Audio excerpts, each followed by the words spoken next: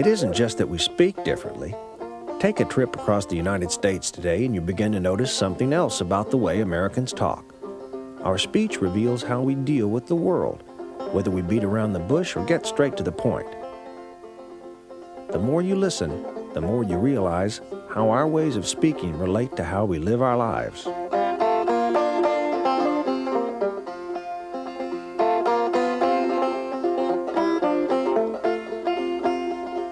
And good morning. Welcome into the Marketplace program on this Tuesday morning. I'm Ricky Campbell with you. Good morning, Marketplace. Hello.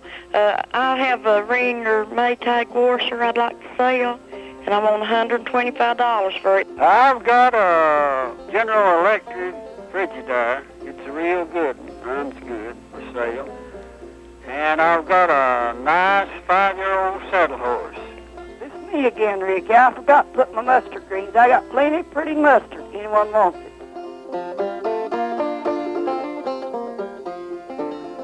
No, I just don't talk like Buckeyes or Detroit or stuff like that. I don't talk Southern, but I'm just a plain old hillbilly.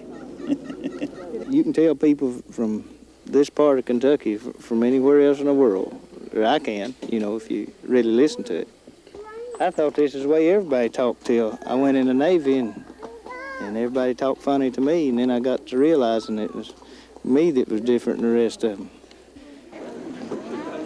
Miss Caesar, 40. These will all be in the boxes now. I'll be a run from $30 to $40. how much you say you want for these dresses? The subtle cultural overtones of this dialect remain among Appalachian people. It's culture expressing itself in sound, and it involves rhythms, pause, tonal qualities, and so forth. They themselves could not articulate it or identify it, but it's there. You hear it as an outsider. These look like they fit him. Because this pointed toe, you've got to have a half a size. You need a half a size larger. See, if he's buying something like this right here in square-toed, he make it wear it in 8 1/2. There's a strong emphasis in Appalachia upon the integrity of the individual. This means then that one talks far around a subject before he hits it. How you feel? Pretty good? I feel good. I'm a little tired. We've been campaigning a lot. We've been out on the trail for the last 2 months. I want you to sign a personal note for me, let's say.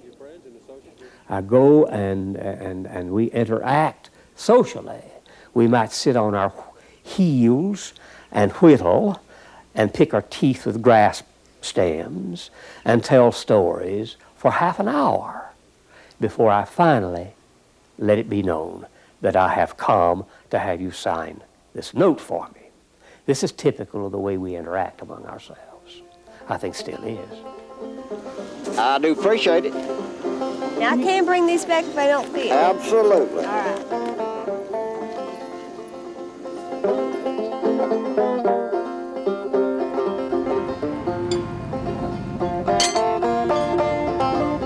Well, we seem to be here, the median, and then everybody else seems to be either above or below. When they say Midwest, to me it means middle everything. It's mid-level. You want to find the basic America or the yardstick, it's kind of right in here. We're straight American, we're bland. We're just the normal stuff right here. Right out of the dictionary.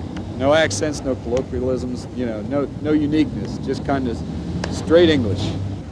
They say the Republicans got all the money, but the Democrats is doing all the goddamn advertising. Huh? Wait a minute, I bought it. Yeah, every Democrat running for city council or whatever is in the goddamn football bulletin, and they're in the Republican. We got they don't have 2 launches. They don't have the money. They don't have the money to get the ads. We're always in here. There's a gang of us always in. About 7:30 every morning. What do you talk about? Everything. Boy, I'll tell you, we if there's a conversation, we got it. It isn't always good, but we always got a conversation or something. There's occasionally that sense that when you mention Columbus, Ohio, or say Ohio, they immediately presume that you're talking to them from the phone extension in the hog barn. Well, those of us who live in the central part of this state, we'll say, No, we don't talk funny in Columbus, but if you want to hear funny, go about 70 miles due south. And I'm sure there's this gnawing suspicion that they're saying the same thing up in Cleveland about us.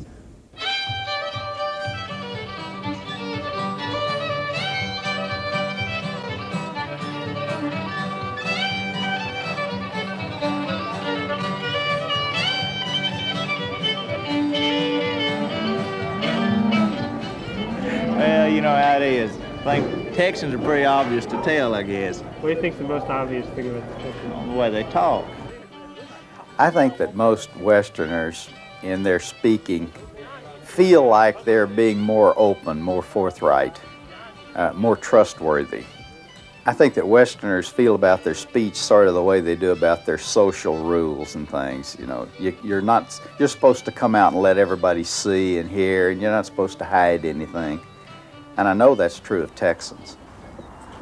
I want to tell you what you need to do about your cow dogs. Well, you stand here at that pole. Let me tell you, them cow dogs supposed to work behind the cow. Yeah. And these work right in front. Stupid. Huh? They're stupid. Did you train them? I train them. I'm stupid.